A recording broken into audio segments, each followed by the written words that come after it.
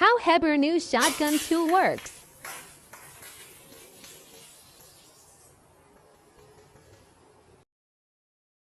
Hold the product by your hand and pull this mouthpiece to the end.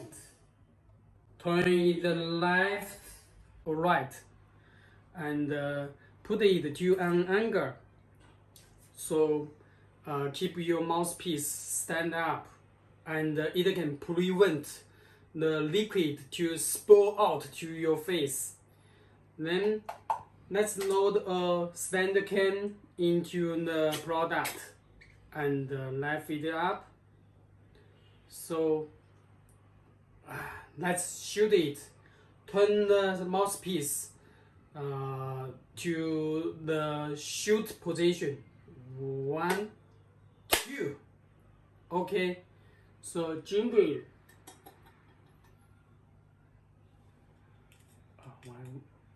Pull on the tap. Pull on the tap. Jingle. Okay.